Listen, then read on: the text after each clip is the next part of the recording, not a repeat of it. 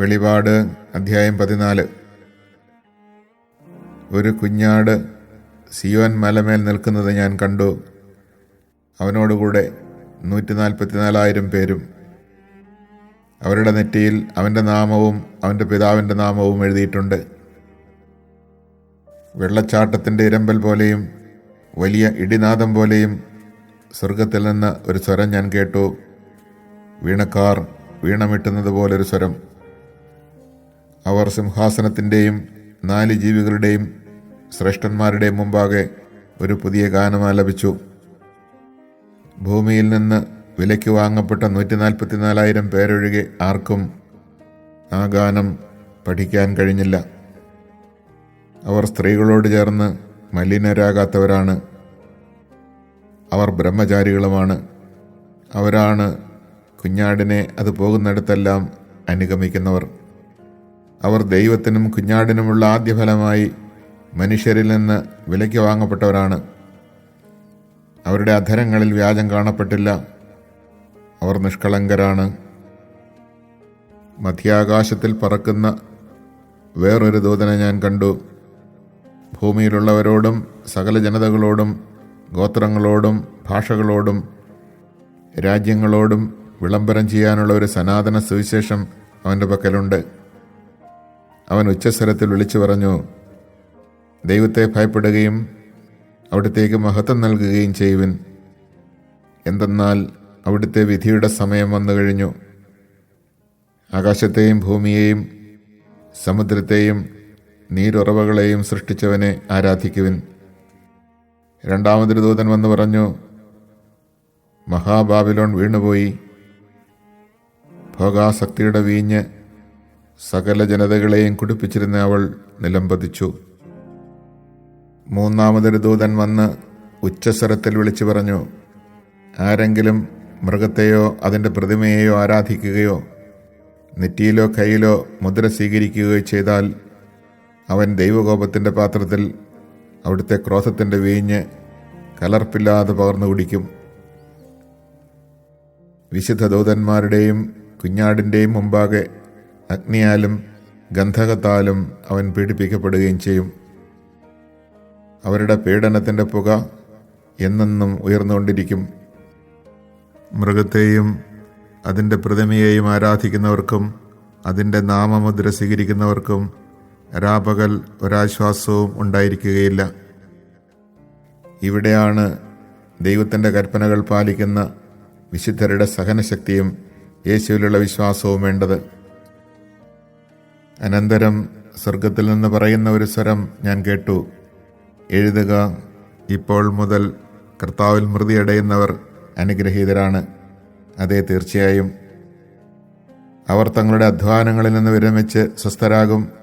അവരുടെ പ്രവൃത്തികൾ അവരെ അനുഗമിക്കുന്നുവെന്ന് ആത്മാവ് അരുളി ചെയ്യുന്നു. പിന്നെ ഞാൻ കണ്ടു, ഇതാ ഒരു വെൺമേഘം. മേഘത്തിന്മേൽ മനുഷ്യപുത്രനെ പോലെയുള്ള ഒരുവൻ. അവൻ്റെ ശിരസിൽ സ്വർണ്ണകിരീടവും കയ്യിൽ മൂർച്ചയുള്ള അരിവാളുമുണ്ട്. ദേവാലയത്തിൽ നിന്ന് മറ്റൊരു ദൂതൻ പുറത്തു വന്ന് മേഘത്തിന്മേലിരിക്കുന്നവനോട് ഉച്ചസ്വരത്തിൽ വിളിച്ചു പറഞ്ഞു, അരിവാൾ എടുത്തു കൊയ്യുക. കൊയ്ത്തിന് കാലമായി. ഭൂമിയിലെ വിളവ് പാകമായി കഴിഞ്ഞു. അപ്പോൾ മേഘത്തിലിരിക്കുന്നവൻ തൻ്റെ അരിവാൾ ഭൂമിയിലേക്ക് എറിയുകയും ഭൂമി കൊയ്യപ്പെടുകയും ചെയ്തു. സ്വർഗത്തിലെ ദേവാലയത്തിൽ നിന്ന് മൂർച്ചയുള്ള ഒരു അരിവാളുമായി മറ്റൊരു ദൂതൻ ഇറങ്ങി വന്നു.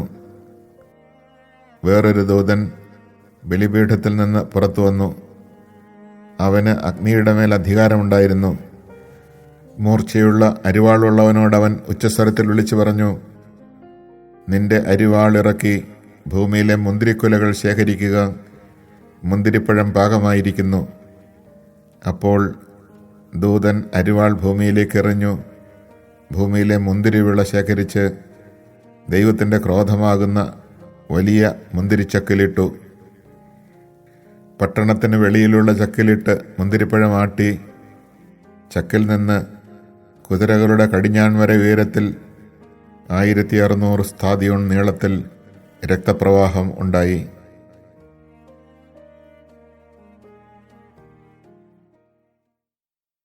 Chapter 14. Then I looked, and there was the Lamb standing on Mount Zion, and with him 144,000, who had his name and his Father's name written on their foreheads. I heard a sound from heaven like the sound of rushing water, or a loud peal of thunder. The sound I heard was like that of harpists playing their harps. They were singing what seemed to be a new hymn before the throne, before the 4 living creatures and the elders. No one could learn this hymn except the 144,000 who had been ransomed from the earth. These are they who were not defiled with women. They are virgins, and they are the ones who follow the Lamb wherever he goes. They have been ransomed as the firstfruits of the human race for God and the Lamb. On their lips no deceit has been found. They are unblemished. Then I saw another angel flying high overhead, with everlasting good news to announce to those who dwell on earth, to every nation, tribe, tongue, and people. He said in a loud voice, "Fear God, and give him glory, for his time has come to sit in judgment. Worship him who made heaven and earth, and sea, and springs of water."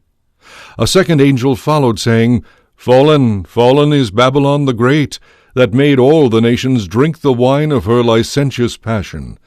A third angel followed them, and said in a loud voice, "Anyone who worships the beast or its image, or accepts its mark on forehead or hand, will also drink the wine of God's fury, poured full strength into the cup of wrath, and will be tormented in burning sulfur before the holy angels and before the Lamb. The smoke of the fire that torments them will rise forever and ever, and there will be no relief day or night for those who worship the beast or its image, or accept the mark of its name. Here is what sustains the holy ones who keep God's commandments and their faith in Jesus. I heard a voice from heaven say, "Write this, Blessed are the dead who die in the Lord from now on."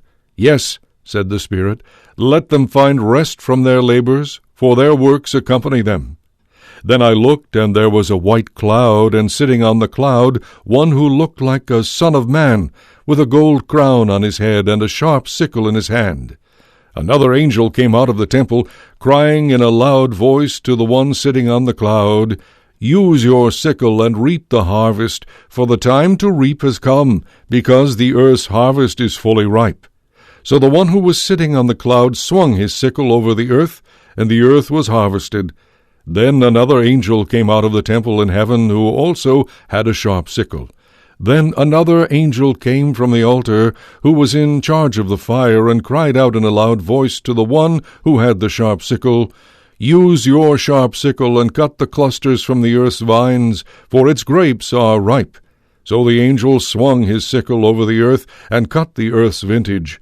He threw it into the great winepress of God's fury. The winepress was trodden outside the city, and blood poured out of the winepress to the height of a horse's bridle for 200 miles.